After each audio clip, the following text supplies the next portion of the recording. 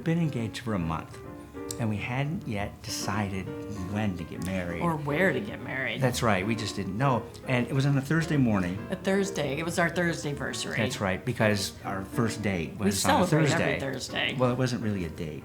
Well, not the original date. Not it was a date coffee date. It was a work date. It was a work date. But anyway. Ended up being 12 hours. Okay. But I digress. That's right. So, for whatever reason, I just decided, well, we didn't know when, but I thought, let's go shopping for a wedding gown. But I didn't tell her. No, he doesn't tell me. This is totally out of the blue. I think we're going to a bookstore. So I drive over and go in, and so It's a wedding shop. Hey, so we're in there. Karyn's trying on wedding gowns, and I hear the clerk say to him, "Oh, when are you getting married?" I said, we don't know. Maybe 4th of July, maybe Valentine's Day, maybe Sunday. It's like, which is, the first of the year, January 1st, and I leaned out and I told the woman, "He's just kidding." And I said, You want to? maybe not. So after she comes out, I said, let's talk about it. And so we go next door. So we talk about it at the coffee shop, and he tells me all the reasons why this is absolutely. And I gonna wasn't work. really trying to talk her into it, but Well, I just yeah. wanted to explore, He's a good because it just seemed like negotiator. a really fun idea. It did seem like a fun idea. Well, it we was are a really fun idea. out of the box people, and so finally I said, "Oh, all right, let's do it. Let's go buy the dress." And I said, I already bought it. They're working on it now. This is the kind of romantic guy he is. I mean, he is so romantic. We're crazy, crazy romantic. And, people ask me all the time, a lot of my friends, and they'll say, "Oh, is he really romantic?" Because they know that I married the guy that wrote the book on romance. And yes, he is. He's very romantic. He does little things all the time. Like, like for instance, he'll take soap and he'll write love messages on the mirror. He writes lots of kinds of messages on the mirror, but mostly they're love messages. One time, he left a little gift box out for me, and I open it, and those little ribbons that they put in Hershey Kisses? I mean, he had taken, it was love. yeah, they said, kisses. That's right. And it was just filled. I mean, like when I opened the box, they kind of burst out. And I also would have loved to have the chocolate that went with it. But I love the idea. Took me months to save them up. You eat chocolate a lot slower than I do. So it was just this box, and it was so romantic. And then, here's kind of a ritual that we have. And so the first of the day, if one of us is going out or we're going different directions. The 1 minute kiss. The 1 minute kiss. And so when we part, there's this 1 minute kiss, and we are just totally present. And we kiss for a whole minute. And that's a pretty long time.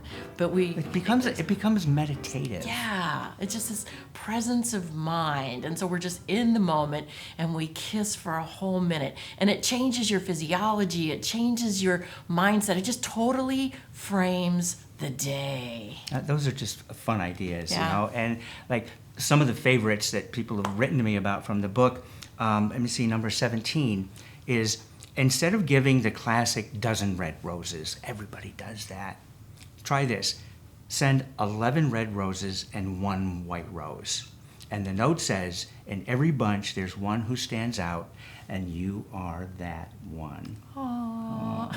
Number 227 is another rose idea.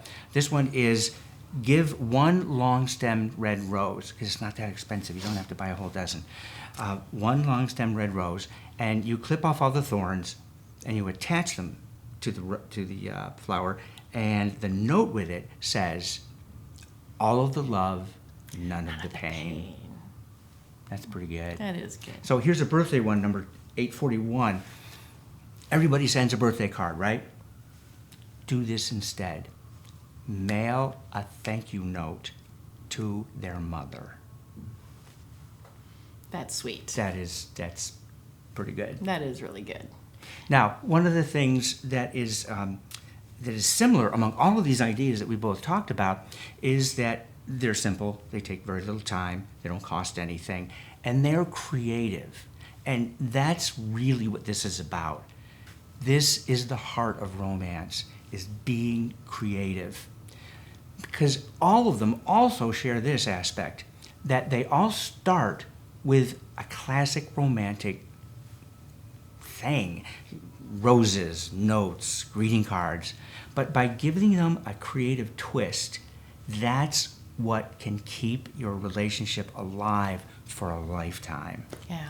And this guy is wildly creative. I mean, he's sold over 3 million books. He's been on Oprah. He's been on The Tonight Show. And you should tell them. No, I wasn't on The Tonight Well, Show. tell them what he The said. book was on The Tonight Show. Okay, tell them what Jay Leno said about your book. So during his monologue, Jay, we're on a first name basis. Jay. He says, we get all the new books here. And there's this book called 1001 Ways to Be Romantic. That's an awful lot. I mean, guys, if the first 1,000 ways don't work, what are the chances she's going to stick around when you say, oh, wait, one more?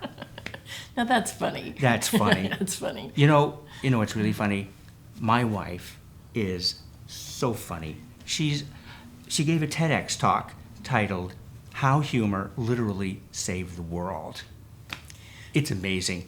Also, she's the world's first neurohumorist. In other words, I live at the intersection of humor and the brain. I've been researching brain and humor for decades now. And what I really come to appreciate is that, most people think of humor as entertainment, and entertainment is great, but there's so much more.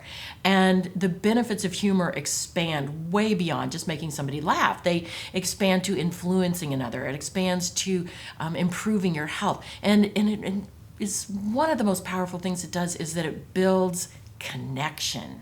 And connection is what romance is all about. Right. In expressing love, it brings people together. Humor is an instant connection. Yes. You've taught me that. Yes. And I mean, it's all the physiology of it. We release oxytocin, which is one of the hormones that make us feel bonded together. It lowers resistance. There's so many different kinds of things where humor comes into play. And so humor is a very important role in creativity. Absolutely. And romance. It's all about being creative. Yeah. I'd like to talk about two things, love and romance and the Mona Lisa. So first, I'd like to help you with your relationship by redefining several terms. First is love and romance.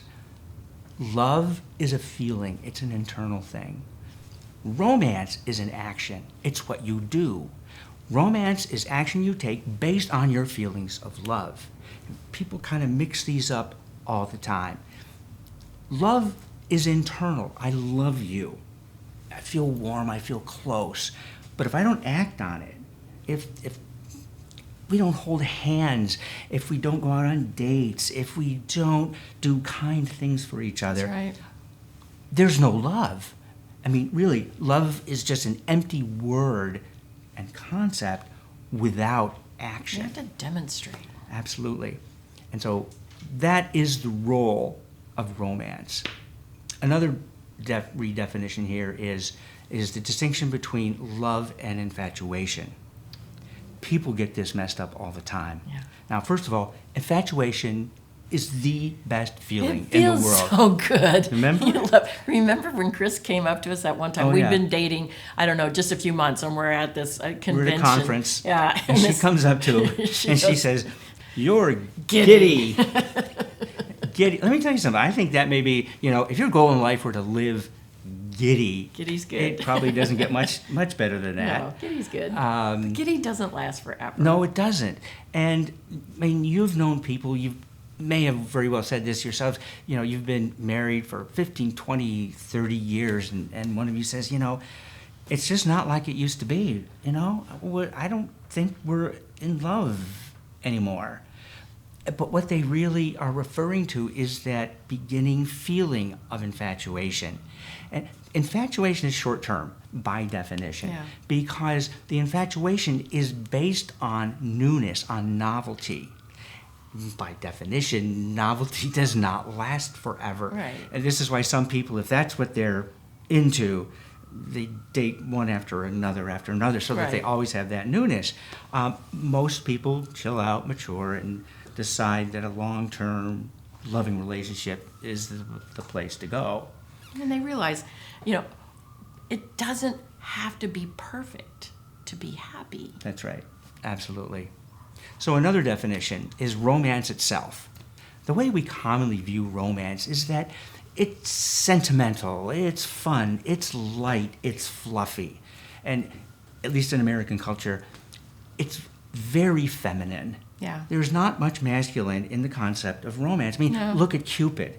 Cupid is this cute little cherub baby flying around and boinking little arrows into Valentine's people. is all pink. That's all pink. And that's right. All the storefronts are pink and all that. I mean, is it any wonder that guys are running for the hills when Valentine's come, which kind of has turned into guys expressing love for women. Right. And actually, a lot of Kinda women one-sided. have some things to learn here, but that's a whole other thing. So regular romance just isn't enough. So I've coined a term that I call radical romance. Radical romance is romance that is practiced with three elements. It is genuine, it is individual, and it is creative. Genuine. A truly deeply romantic gesture has no ulterior motive. If I'm giving you this gift, simply to say I love you, okay? It's not quid pro quo. After a fight, a lot of people will bring home flowers. Now that's a nice gesture, it is romantic, but there is an ulterior motive. I'm giving you these flowers so you will forgive me for being a jerk, okay? Now that is a good thing to do, but don't confuse that with a deeper, genuine gesture. Which has no ulterior motive. That's right. And I'd like to redefine the phrase living happily ever after. Now, you know that that's impossible. It's a fairy tale, right? Well, actually, you can live happily ever after. Here's what happens. When you hear the phrase happily ever after, first, you picture Cinderella, okay? Cinderella and the prince get married, and they do live happily ever after. But what you're thinking is perfectly ever after. Right. And there is no perfection in the real world. Right. But let me tell you something. I know couples in their 90s who've been married 74 years, and they are living happily ever after. Yeah. They're marvelously in love still. Yeah. But their lives aren't perfect, and their relationships aren't perfect. So if you keep that distinction in mind Yeah. between happy, which comes and goes and all of that, and perfect, which is either... You're never going to attain perfect. That's right. So, I mean, really, and these older couples, people who have really mastered radical romance. I mean, this is an art. Mm-hmm, absolutely. And that brings us to the Mona Lisa.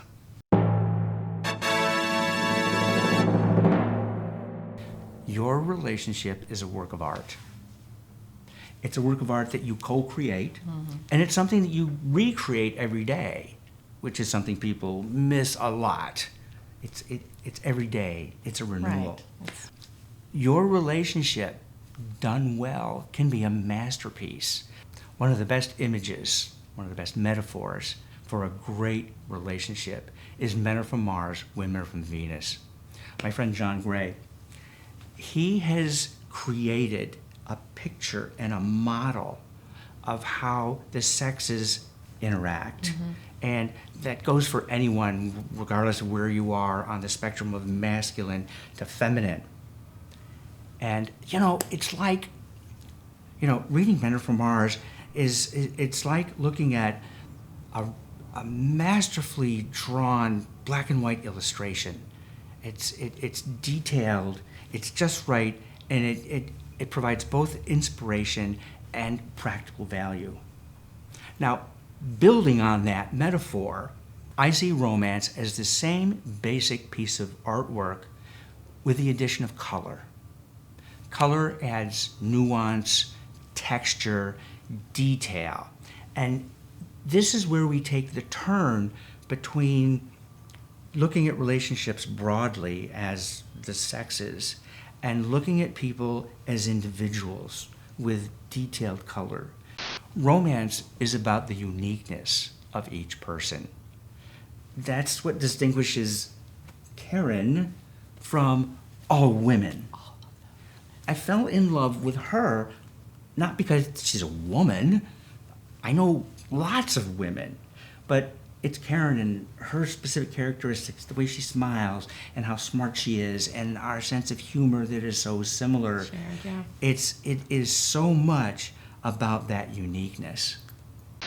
And to help get you started on painting the most beautiful relationship that you could possibly have, I've put together what I call the paint by numbers approach to love and relationships. What we're going to do is be talking about what are your partner's favorite things. And the more of these things you know, the deeper your relationship is, and it gives you the material with which, the creative material, with which to create a lifetime, an infinite number of ways to be romantic. Right. Literally. Because people assume they know their partner. You're right. Let me tell you something. You don't know your partner as well as you think you do. The paint by numbers approach has 101 different items. And I've been doing this with people for decades. I have never run into a couple that knows everything on that list about their partner, even people who have been married 50 plus years. Let's start easy. Do you know what your partner's favorite movie is? I know Karyn's. What is It's it? National Lampoon's Christmas Vacation. I mean, you remember the scene when Chevy Chase is on the snow in the flying saucer, and he is flying down that hill at 100 miles an hour? This goes on for like 10 minutes. I have to pause the movie, and I just sit here. I do. And, look, just talking about it. So I love that scene. So yeah, I know. Okay, well, think of it here. I'll think of this. Okay. Foods. That's right. Do you know what your partner's favorite foods are? Do you know what my favorite food is? Chocolate. What kind of chocolate? Milk chocolate. Okay, that's right. From Trader Joe's. Got it. All right. Okay. And so I know what your favorite food is. What is it? Pizza. What kind of pizza? Dish, sausage and pepperoni. Okay. All See, right. there you go. Bird, please. If you don't know these kinds of things about your partner, you're really missing out. So You know what? Your really favorite food, though. Oh, okay. I know where you're going with this. So, I'd been on the road for days, and I come home, and it's late in the evening. I am just tired to the bone, and I go to my cabinet to get some comfort food, and when I look in there, I mean, for a minute, I'm just stunned. My brain just is cramped because the cabinet has been filled from top to bottom with Campbell's tomato soup. It was like an Anti-Warhol picture. We'd been dating probably about 2 months, and I had a key to her place.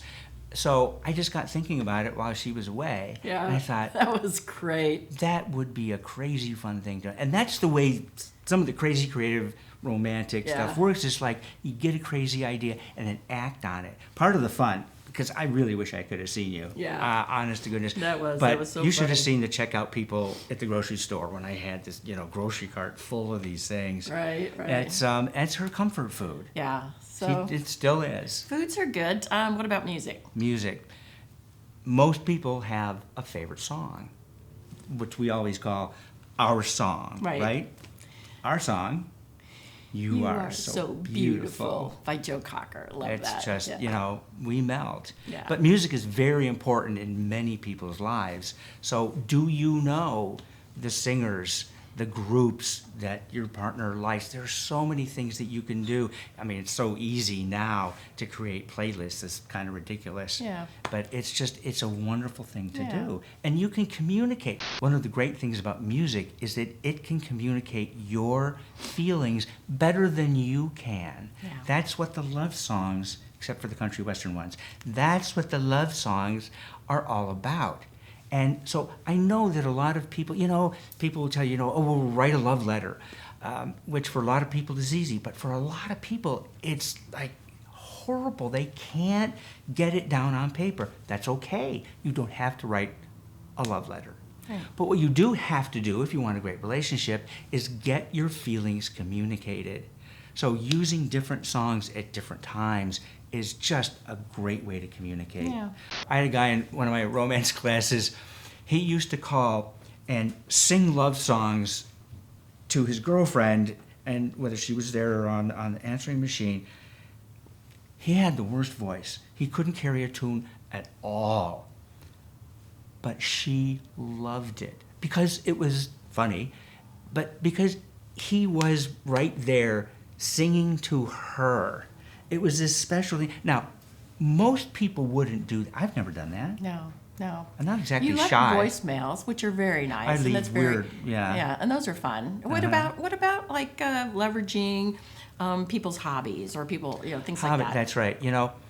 Anyone with a hobby or a passion, it's easy to buy gifts for and do Sports things and for things it. like that, yeah. Sports paraphernalia and caps and jerseys and tickets to the games and all that kind of stuff. Remember when you were on Oprah? What she's? Oh yeah. She was inspired. Stedman had wanted this golf bag, so she got this golf bag for him. But here's what she did: she filled it to the brim with golf balls. Now that's not a really incredible kind of thing to do, but it's creative and it's fun. It made it just that much more special. And that's how easy and small it can be. Yeah, you can leverage people's quirks. That's right. I know her quirk. Chip dust. Potato chip dust, or any kind of chips. I just think it's normal for people to want the whole ones, right? And you know how at the bottom, they're all At the those bottom of the crushed bag, and things. they're all crushed. I've thrown Like, those out for You years. wasted them. Thank God I came into your life. I now save them. I know. And I mean, he'll even put them in my suitcase. I'll open it up, and I'm traveling on the road or whatever, and I'll open my bag, and it's like, oh, he put in chip dust for me. Okay. That's romantic. Now, people would look at chip dust and go, that's not romantic. No. It's romantic. It's to her. And that is how easy this can be if you pay attention.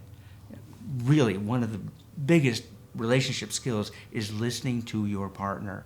So much of conversation is about each person planning what they're going to say next instead of listening to what their partner's really being said. Because a lot of times people will tell you what they want, but people don't listen. Right. And if you're not observing them, like with chip dust, you're going to miss an opportunity to make some really wonderful romantic gestures. Yep. Here's a good one. Do you know what your partner finds sexy? Okay, I know what he finds sexy is lingerie, but what I find sexy, this may surprise you, kilts. Yes, I love kilts. So we're at Comic-Con about 3 years ago. Yeah. And this handsome, hunky, 20-something guy comes walking by us. He's wearing a kilt. And here's Karyn. He's hot. Okay? And I said, you like that, don't you? Yes, I did. So that was it. And then she goes off to see some, Something on Walking Dead or whatever. We're at Comic-Con. and I didn't care for it. So I stayed on the main floor, and I got thinking about this. Not about him in particular, but about kilts. Yep. So I wander over to the booth where they're selling kilts. Yep. Now, I'm not a kilt kind of guy. I had never thought about them or picture myself in them, right? But so I'm learning all about kilts, and I got to tell you something, guys. Kilts are not skirts. Let me tell you something. These things weigh about 10 pounds. It's a serious piece of clothing. And so anyway, so I buy one. Then the question is, when and how am I going to share this with her? Should I wait a while? But then I thought, no, right now. I mean, really, because the timing was right? Kilts is in the air. And also, Comic-Con is the perfect place to be wearing some kind of a costumey kind of outfit. Not because like you're going to stand out. I know, and there's look Superman really and weird. Wonder Woman and all this. And So I come out of the breakout and I'm looking around for Greg and I spy him like across she does this double take. I It was did. just classic. because it's like, whoa, it was so sexy. You were standing there clad in his kilt. It was killer. Calm I loved down. it. Calm down. And I got to tell you, this really, I'm not a shy person, but, you don't see guys wearing kilts out in public much. But pushing your own boundaries is a great Knowing place what to your partner go. finds sexy. That's right. Right. Another great thing to know is your partner's best childhood memories. This so showed how he was listening. Best gift ever that he ever gave me. It was Christmas. And Just this last Christmas. And we weren't even going to get gifts for each other, but we're there. I don't follow the rules. No, at all. And there's this big box under this tiny tree, and I open it up ever so gently. And as a child, I wasn't a doll person, real big doll, but there was one doll that stole my heart. It was Chatty Cathy. And if you don't know what a Chatty Cathy doll is, there's a little ring on her back and you can pull it and then she talks. And I was like, there's a doll that's just like me. She talks all the time. And he found a vintage Chatty Cathy doll. And I couldn't believe that he remembered that. But we had been talking off and on about our childhood memories. And this was something that he tapped into from a childhood memory that became so precious. It really is. It's my most treasured gift. I was pretty proud of You myself. got brownie points for that. Yeah. You got husband points on that one. I did. How about one last one? Inside jokes. Oh, we have. One of the things that really cements couples together is shared experience and inside jokes. Yeah. And especially if you have similar senses of humor. That's actually one of the great indicators of a strong and happy relationship is the level of shared humor. That's right. And Studies have shown that. Yeah, and so we have so much humor that we share, all these inside lines. We have hundreds, Yeah. probably over 1,000 lines from TV shows and movies and such, and we never think about it, but we just insert them It just becomes part into of our everyday life, and we just know this. It's like, well, that went well, and that's all that does. Be very, very quiet. And the thing about those kinds of inside jokes, Nobody else else understands finds them. them funny. They don't know. No, but we don't care. That's right. We're having a good time. Because it's romantic. It's about us. That's right. Wait. Best gift ever Oh. from our wedding day. Yeah. That Okay. Goes, okay. Go way back. Way back. All right. Well, this. So it's this- Sunday. Yeah, and this is very romantic, actually, and it's our wedding day. It's New Year's Day. Yeah, and actually we're married, and we're finally sitting down and kind of just catching our breath, and all of a sudden I remember I have a wedding gift for him, which is kind of surprising because we didn't know, until 3 days before that we were getting married. But I knew a long time before Greg that we were going to get married, and I had actually read the book on romance. I read 1001 cover to cover, and I happened to notice in there that it said that a gift that would be a really good gift for someone who loves books would be a first edition book. And so I'm thinking, I got to get him a first edition book. And what would be a great first edition book? And then I grew up in Hannibal, Missouri, home of the other humorist, Mark Twain. It's got to be a Mark Twain first edition. And so I get on the internet and I find a woman who's willing to sell, this first edition of Mark Twain, and she sends it in this brown wrapped paper package, and when it comes, I just toss it up into the closet, in the back of the closet, because we weren't even engaged yet, and I didn't want him to know about it. So now, fast forward, and I say, I have a gift for you. And of course, you're thinking, Oh, good. No, not that one. Oh, okay. And so I run to the closet, and I pull down this package that's still in the brown paper, and I hand it to you, and you unwrapped it. I mean, this is a book that's 140 years old. Right. It's like this precious treasure.